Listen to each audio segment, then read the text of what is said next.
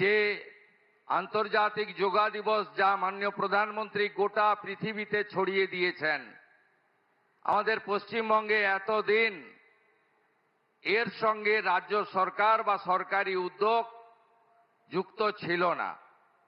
কারণ আমাদের অজানা, আমি সে কথা বলতেও চাই না এই সুপ্রভাতে, কিন্তু আমরা মনে করি পশ্চিমবাংলার জনতা জনার্দন তারা যে ঐতিহাসিক সিদ্ধান্ত নিয়েছেন, যার ফলশ্রুতিতে এবারে বন্দে যোগ যোগ পূজা পশ্চিমবঙ্গের সর্বত্র হচ্ছে।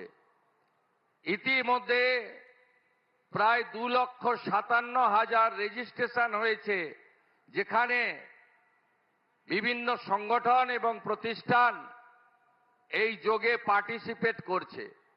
আমার বিশ্বাস আজকে পশ্চিমবঙ্গে গোটা রাজ্যে দার্জিলিং থেকে দীঘা, কোচবিহার থেকে কাকদ্বীপ কোটিরও বেশি মানুষ এই যোগ উৎসবে অংশগ্রহণ করবেন। আর কলকাতা বিগত দিনের সব রেকর্ড ভেঙে লক্ষ লক্ষ মানুষ যোগে অংশগ্রহণ করবেন। আমি কথা বাড়াবো না, শুধু একটা কথাই বলবো।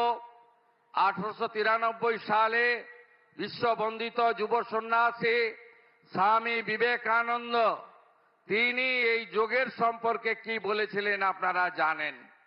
যোগই একমাত্র মুক্তির উপায়, যোগই আনন্দ, যোগই প্রেম, এবং যোগের মধ্য দিয়ে মন এবং শরীরের বিকাশ তিনি অনেক আগে বলে গেছেন। এই যোগ পশ্চিমবঙ্গের পুরনো সংস্কৃতি, বেদ উপনিষদ গীতা থেকে শুরু করে এই যোগের কথা আমরা সবাই পড়েছি এই সমস্ত ঐতিহাসিক গ্রন্থে।